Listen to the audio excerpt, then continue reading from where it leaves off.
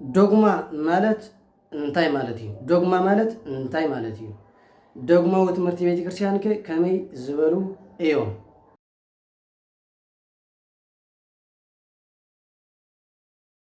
ክርስቶስ ተንሥአ እሙታን በአብይ ኃይሎ ስልጣን አሰሮ ለሰይጣን አግዓዞ ለአዳም ሰላም እምይእዜሰ ኮነ ፍስሐ ወሰላም። በመጀመርታ ነቲ ካብ ሞት ተንስኡ ንሞት ጭዕሩ ንሓና ድማ ተንስኡ ነፍሳት ሒዙ ካብ ሞት ዝተነስአ ክርስቶስ አምላኽና ክብርን ምስጋናን አምልኾ እንዳሰንሱም ይኹን። ከምኡ ድማ ንስኹም ዝገነሳ ዘይተርፍ ስለና ስራሕታ እንተማልድ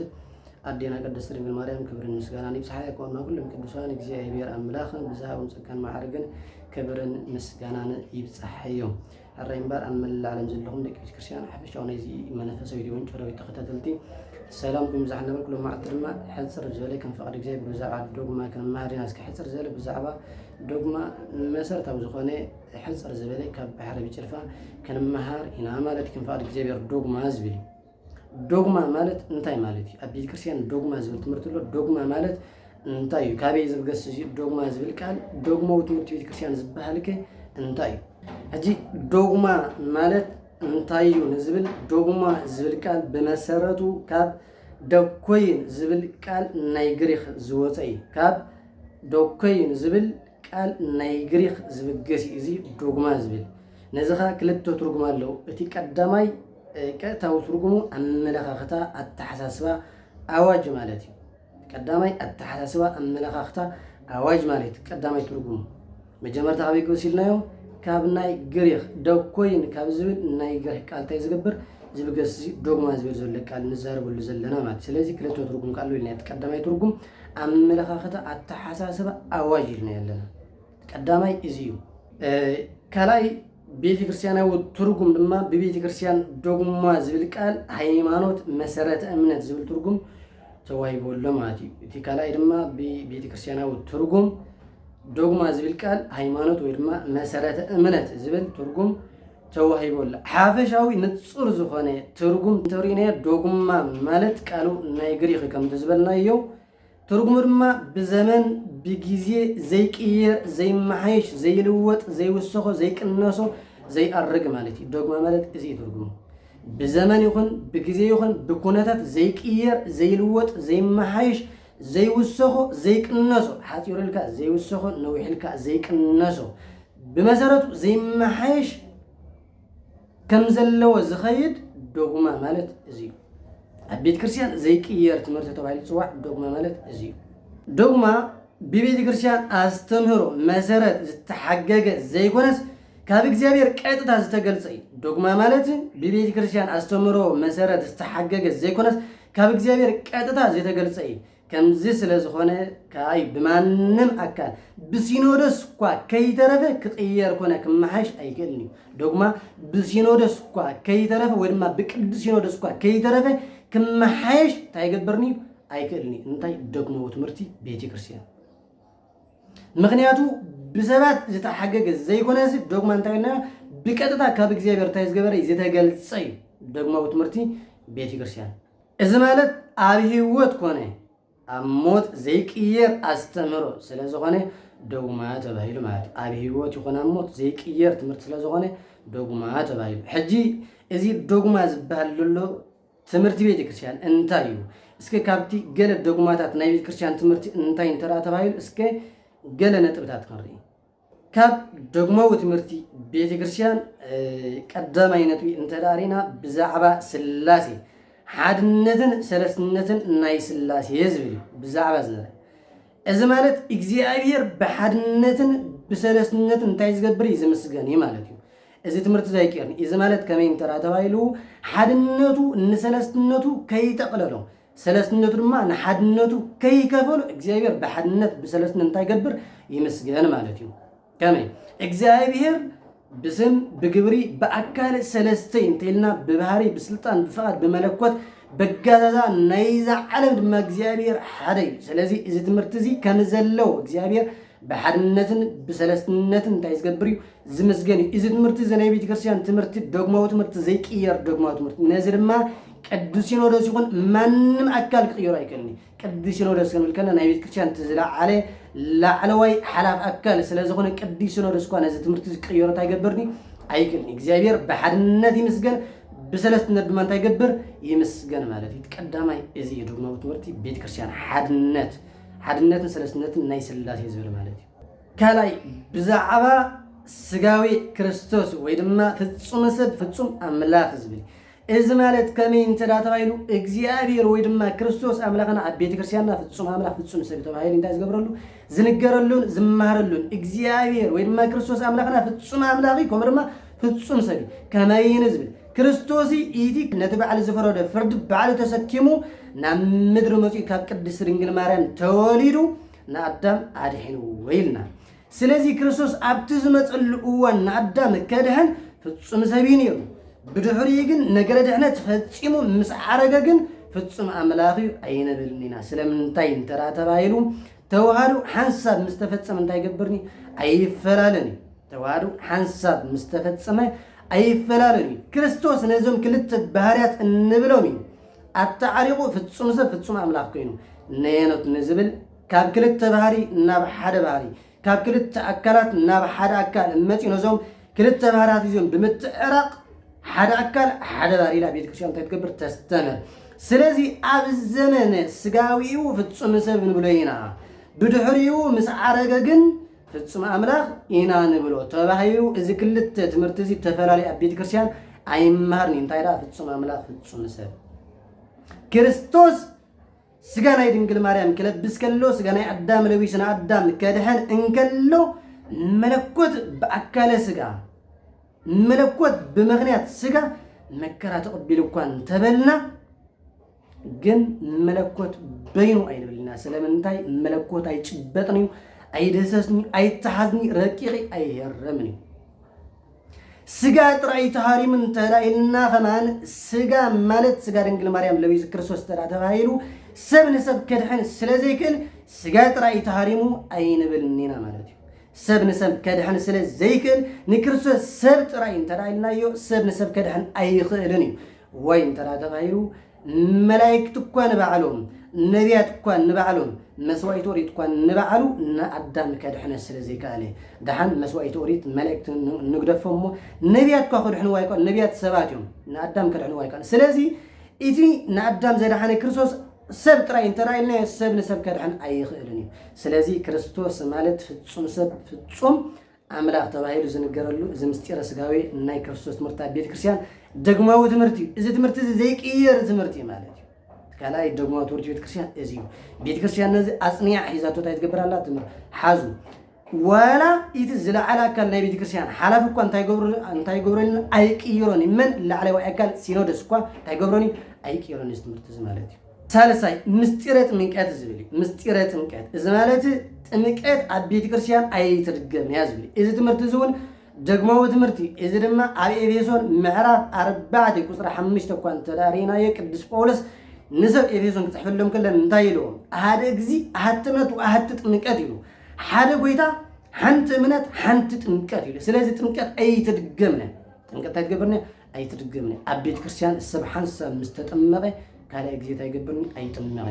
ሰብ ካልኣይ ግዜ ካብ ቤተ ክርስቲያን ናብ ሓጢኣት እንተዳ ወዲቑ ናብ ምንፍቕና እንተዳ ከይዱ ተነሲሑ ዳ ናብ ቤተ ክርስቲያን ይመለስ እምበር ካልኣይ ግዜ እንታይ ይገብርኒ ኣይጥመቕኒ ጥምቀት ሓንቲ እያ እዚ ድማ ዶግማይ እዚ ትምህርቲ እዚ ማንም ካህን ይኹን ማንም ናይ ቤተ ክርስቲያን ስልጣን ዘለዎ ክቅይሮ ኣይኽእልኒ ኣብ ቤተ ክርስቲያን ጥምቀት ሓንቲ እያ ተባሂሉ ኩሉ ግዜ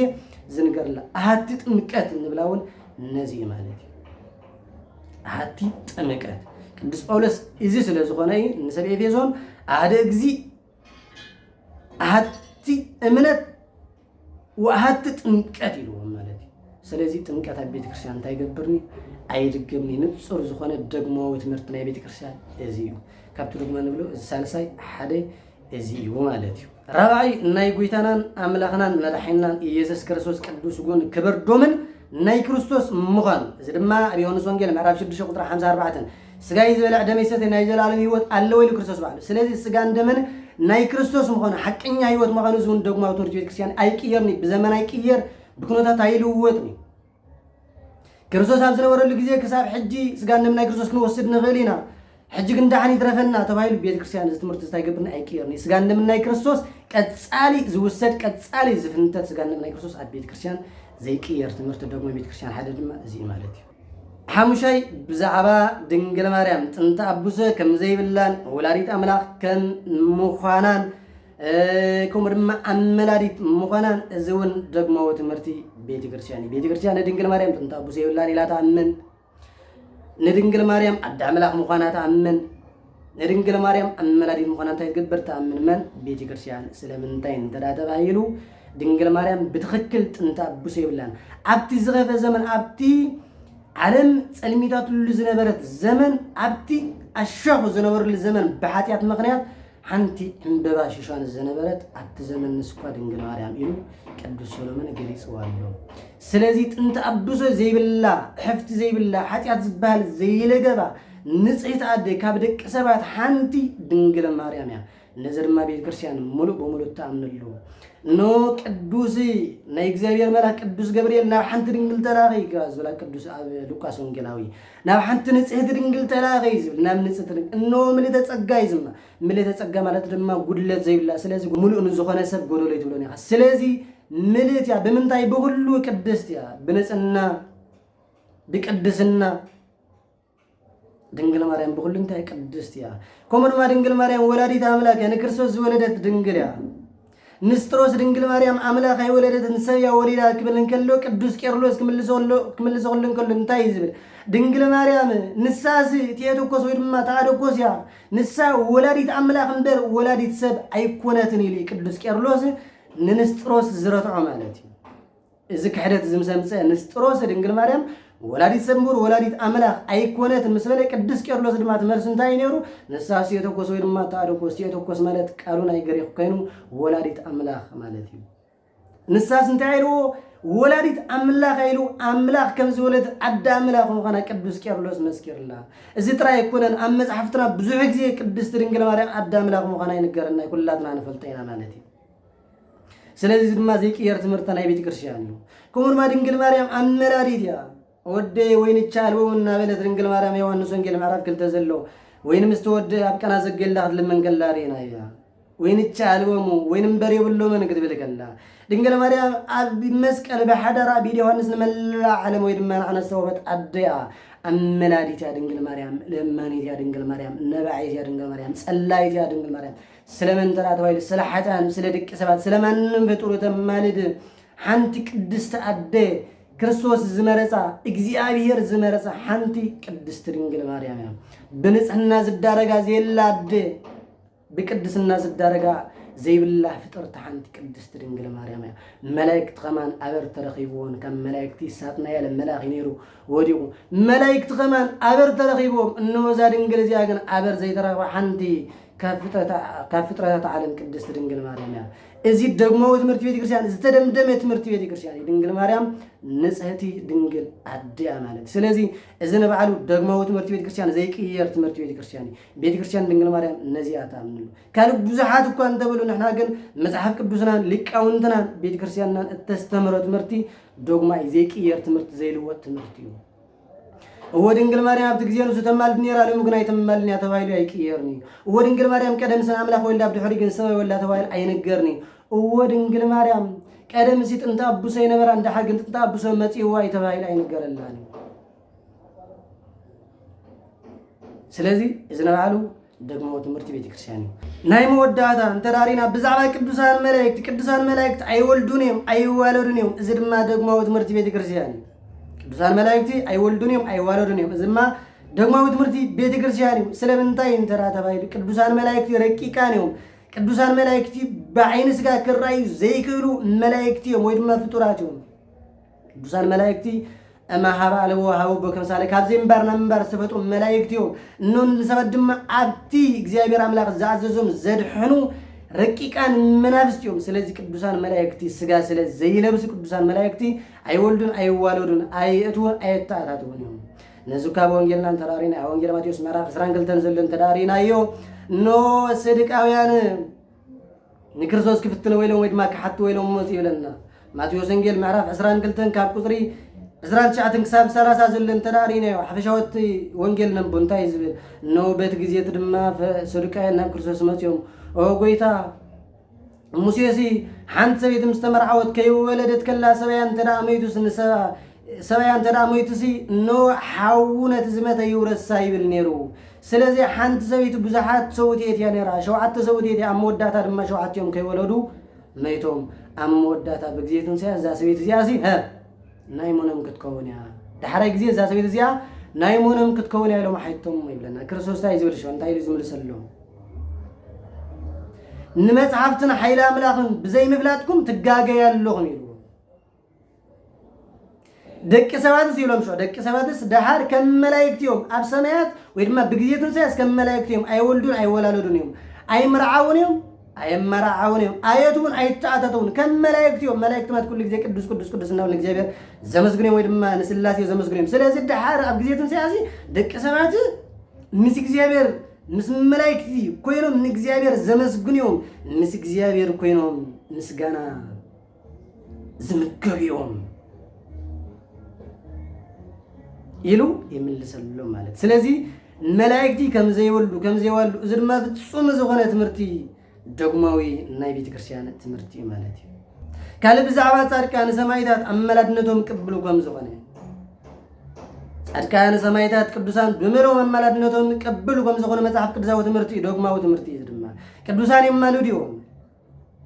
ዝመቱ ባጸደ ነፍስ ዘለው ድማ ባጸደ ስጋ እንታይ ገብሪዮም የማሉዲዮም ቅዱሳን ማለት እዩ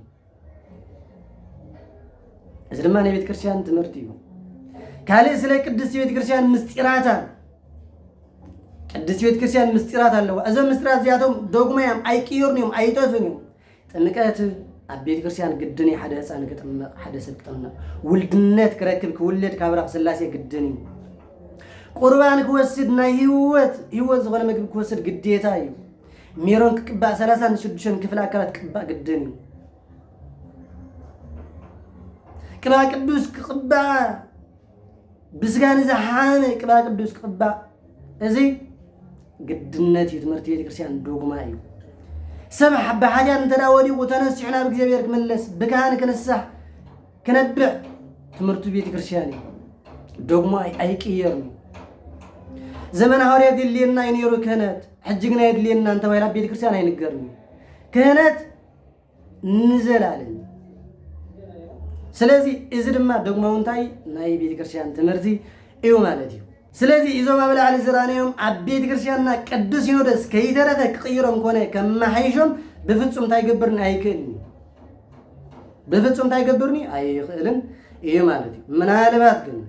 መልአት ቅዱስ ሲኖዶስ ብጉባኤ ሊቃውንቲ መጽሐፍቲ ክምርምሩ ግን ይኽእል እዮም እዚ ማለት ግን ክቅይሩ ዘይኮነስ ካብ ካልኦት እምነታት ብስርወፅ ወይ ከዓ ብናይ ጸሐፍቲ ጌጋ ምስ መጽሐፍ ዝጋጮ ምስ ክርስቶስ ዝጋጮ ምስ ቤተ ክርስቲያን ዝጋጮ ትምህርቲ መጣን ከይሉ ግን ከመርሙር ግን ይፈልዮም ብግባኤ ሊቃውንት መን ቅዱስ ሲኖዶስ እንተኾነ ግን ዶግማዊ ትምህርቲ ናይ ቤተ ክርስቲያን ክቅይሩን ከመሓሽን ግን ታይገብርኒ አይክእሉን እዮም ስለዚህ እዞም ዶግማዊ ትምህርቲ ቤተ ክርስቲያን ንብሎም ዘለና አይኮነን ዘይአማኒ አይኮነን ናብ ቤተ ክርስቲያን ዘይመፀ ኣብ ቤተ ክርስቲያን ንዘለውን ቤተ ክርስቲያን ሓለፍታ ላዕለዎት አካላት ቅዱስ ሲኖዶስ እንኳ ዶግማዊ ትምህርቲ ቤተ ክርስቲያን ታይገብርኒ አይቅየርኒ ማለት ስለዚህ ዶግማዊ ትምህርቲ ቤተ ክርስቲያን ዝበሃል እዚ ማለት ኣብ መወዳእታ ብሓንቲ ጥቕሲ ገይረ ከዓፅዋዛ ዶግማ ትብል ትምህርቲ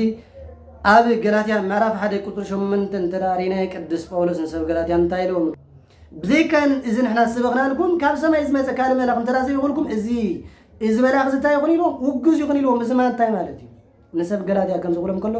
ቅዱስ ጳውሎስ ሚርዋ ትኸይድ ከሎ ነታ ከተማትያ ካልእ ሓሶት መሲሓት ወይ ድማ ሓሶት መዋራን ድማ ቅዱስ ጳውሎስ ሐዋርያ አይኮነን ቅዱስ ጳውሎስ ሐቀኛ አይኮነን እናበሉ ሓሶት መሲሓት የስሕቱ ስለዝነበሩ ብዘይካዚ ንሕና ሰበኽናልኩም ካልእ ወንጌል እንተራ ሰቢኹምልኩም እዚ ሰብዚ ወይ ድማ ዝመላኽ እዚ ውጉዝ ይኹን እናበሉ ትምህርቲ ናይ ቤተ ክርስቲያን ከም ዘይኮነ ይነግሮም ነይሩ ምናልባት ካልእ መልአኽ ምባሉ ግን ቅዱሳን መላእክቲ ጌጋ ይምህሩ ድዮም ካብ ሰማይ መፅኦም ጌጋ ይምህሩ ድዮም ተራተዋይ አይምህሩን እዮም መላእክቲ ዝብል ቃል ንብዙሕ ነገራት እዩ ዝትርጉም ወይ ድማ ንብዙሕ ነገራት እዩ ዝገልፅ ንምንታይ ተራተዋይሉ መልአኽ ዝብል ቃል መጀመርታ ንመራሕ ቤተ ክርስቲያን እኳ ይዋሃቢ መልአክ ከመላእክት ከም ዝበለን መን ኒቆዲሞስ ሳጥና ያልን ባዕሉ ወይ ድማ ናይ ጽልመት መላእክት ተባሂሎም ጽውዕዮም መላእክት ቅዱሳን ባዕሉ መላእክት ተባሂሎም ጽውዕዮም አይሁድ ባዕሉ መላእክት ተባሂሎም ጽውዕዮም ስለዚህ ኢቶም ብሳጥና ያል ወይ ድማ ብሰይጣን ተገዚዮም ሕማቅ ትምህርቲ ዝምህሩ እኳ እንተመጹ ትምህርተሙ ግዚ ወጊዜ ለሆነ በቅዱስ ጳውሎስ ትምህርትናት ወይ ድማ ትምህርት ናይ ክርስቶስ እንበር ናይ ጋር ትምህርት ሐቀኛ ከም ዘይኮነ ንሰብ ገላትያ እንታይ ገብሮም ነይሩ ይመሮም ነይሩ ማለት እዩ ስለዚህ ዝንማ ዶግማ እዩ ትምህርት እዚ ስለዚህ ካብዚ ዶግማ ንብለ ዘለና ትምህርቲ ቤተ ክርስቲያን ካብዚ ወፃኢ ካብዚ ዶግማ ንብለ ዘለና ትምህርቲ ቤተ ክርስቲያን ካብዚ ወፃኢ ናይ ስላሴ ምስጋና ከምዚ ናይ ስላሴ ሓድነት ናይ ስላሴ ሰለስነት ከምዚ እናበለ ክፈላለ ዝመፀኳ እንተሎ ድንግል ማርያም ጥንታ ብሰለዋ ወላዲት ሰብያ ዝብል እኳ እንተመፀ በዚ ቅዱስ ጳውሎስ ዝበለ ቃል ውጉዝያት ማለት ስለዚህ ዶግማዊ ትምህርቲ ቤተ ክርስቲያን ዝባል እዚ ዘይልወጥ ትምህርቲ ወይ ድማ ዘይቅየር ትምህርቲ እዚኡ ማለት ሓፈሻዊ ስለ ዶግማ ዝብል እነዚህ ንሕፅር ዝበለ እነዚህ ያትመስል ነራ ምናልባት ዝተጋግቆ በአፈ ቅዱሳን መላእክቲ ይታረመለይ ሓፈሻዊ ኣብ ኮመንት ብዙሕ ነገር ክጽብቕ ኢለ ወይ ዝሓለፍኩ ወይ ድማ ዝተጋግቆ ከረማለው እንትብልዎ እንተዳሊዎን ፀገም ዝበሃል ነገር ይብልን ከረመሉ ይኽእል ምናልባት ኣብ ቤተ ክርስቲያን ብዙሕ ጌጋ ክህሉ ይኽእል እዩ ምንፍቅና ክህሉ ግን ኣይኽእልን ሰብ ክጋገ ይኽእል ኣብ ጌጋኻ ክምለስ ይኽእል ማለት ስለዚ ሓፈሻዊ ስለ ዶግማ ዝብል እነዚህ መስል ነራ ሓፈሻዊ ባህለ ክሳብ ንመንጽእ ሰሰናዩ ዝምሃርናን ዝማዕድናን እግዚአብሔር አምላክና ክብርን ምስጋናን ኣብ ንኹን ዳሰን እነሱም ይኹን ቃል ስጋ ኮነ